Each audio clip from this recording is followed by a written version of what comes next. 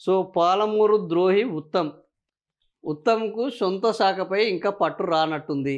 ఇంకెప్పుడు జ్ఞానం పెంచుకుంటారో. మా హయాంలో ఎస్ఎల్బీసీ సొరంగం పనులు 11.5 కిలోమీటర్లు జరిగితే, ఇప్పటి కాంగ్రెస్ సర్కారు 200 మీటర్లు కూడా పూర్తి చేయలేక చేతులెత్తేసింది.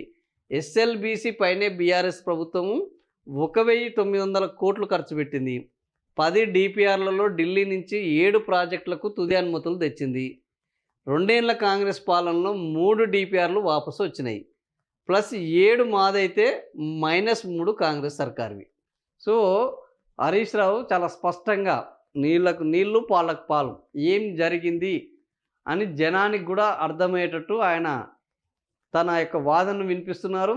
గత బీఆర్ఎస్ పాలనలో 10 డీపీఆర్‌లకు అనుమతులు మేము తీసుకొస్తే 3 డీపీఆర్‌లు కాంగ్రెస్ 2 ఏళ్ల పాలనలో వెనక్కి వచ్చినాయి. మేము 10 ప్లస్ అయితే వీళ్ళు 3 మైనస్ అయ్యారు. ఎస్ఎల్బీసీలో 11.5 కిలోమీటర్లు మేము దొవ్వితే 200 మీటర్లు దొవ్వి ఆడ ఎంతో 10 మందో 11 మందో చచ్చిపోయినట్టున్నారు. వాళ్ళు చచ్చిపోతే ఇప్పటి వరకు వాళ్ళ శవాలను కూడా గుర్తించలేదు. వాళ్ళ కుటుంబ సభ్యుల వరకు అప్పజెప్పలేదు.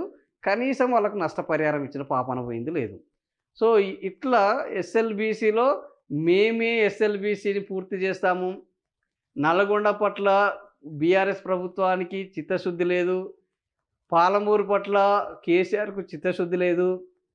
వీళ్ళ ప్రేమ మొత్తం కాళేశ్వరమే అని వీళ్ళు ఒకవైపు కాంగ్రెస్ చేస్తున్న ప్రచారాన్ని దాన్ని తిప్పికొట్టే విధంగా నిన్న హరీష్ రావు, బాబు మేము పాలమూరు రంగారెడ్డి ప్రాజెక్టుకి 7 అనుమతులు తీసుకొచ్చాము. దాన్ని డీపీఆర్‌ని ఆమోదింపజేశాము. 90% పనులు చేశాము. కానీ మీరు దాని డీపీఆర్ వెనక్కి వస్తే పట్టించుకోలేదు. ఒకటి, నల్గొండ జిల్లాకు సంబంధించి ఎస్ఎల్బీసీని 11.5 కిలోమీటర్ల సొరంగం తవ్వాము. దానికి 1,900 కోట్లను ఖర్చు చేశాము. కానీ మీరొచ్చి 200 మీటర్లు కూడా తవ్వలేదు. సో, మేము చేసింది ఇంత, మీరు చేసింది కొంత. కానీ మళ్ళీ మేమే అన్యాయం చేశాము, మీ వల్లనే న్యాయం జరుగుతుందని చెప్పుకోవడం చూస్తుంటే, ఇంకా చేసింది ఏం లేనోడు చెప్పుకోవడం తప్ప దేనికి పనికిరారు అన్న పద్ధతిలో ఉన్నారు అన్న విధంగా హరీష్ రావు నిన్ను చెప్పడము, ఇప్పుడు దానికి కౌంటర్ ఇచ్చే పనిలో ఉత్తమ్ సర్కారు సిద్ధమవుతున్నారు.